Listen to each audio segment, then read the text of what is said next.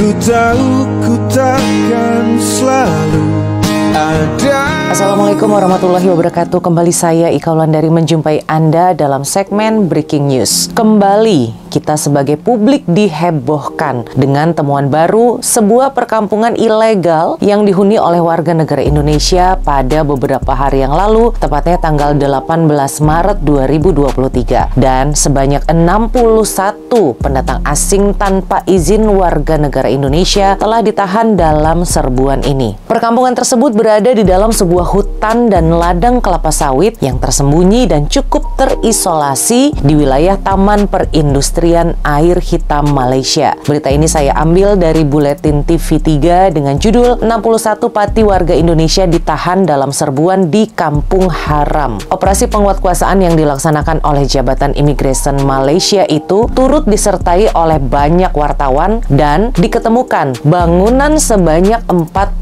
buah rumah terbuat dari kayu yang didirikan di sepanjang 300 meter tebing sungai Langat Kecil. Ketika pasukan operasi sampai di perkampungan ilegal tersebut, bau busuk dan bau pesing langsung menyeruak tercium memenuhi udara di kawasan itu. Akibat gaya hidup mereka yang selalu membuang sampah di sembarangan tempat. Selain itu, perkampungan ilegal ini tidak mempunyai saluran toilet atau tempat pembuangan kotoran dengan baik. Pembuangan mereka selama ini adalah dilakukan dengan cara sembarangan yang langsung dibuang dan dihanyutkan di dalam sungai. Seorang warga negara Indonesia bernama Charles berusia 37 tahun yang bekerja sebagai kuli bangunan. Ketika disoal siasat, dia berkata, dia masuk ke Malaysia menggunakan pas pelancong 3 tahun yang lalu dan menetap di perkampungan itu sejak setahun yang lalu bersama istrinya. Mula-mula ketika mau masuk ke perkampungan itu, dia diharuskan membayar RM50 pada seorang lelaki tempatan warga negara Malaysia. Dia mengaku terpaksa tinggal di Malaysia sebagai orang ilegal karena harus menghidupi anak-anaknya yang ada di Flores. Kemudian ada seorang lelaki bernama Fahrudin berasal dari Aceh. Ketika disoal siasat, dia memberitahu bahwa dia sudah menetap di perkampungan itu sejak 2 tahun yang lalu bersama istrinya dan 2 orang anaknya yang berusia 3 tahun dan 6 tahun. Fahrudin berkata dia mula-mula memasuki Malaysia untuk bekerja pada tahun 2017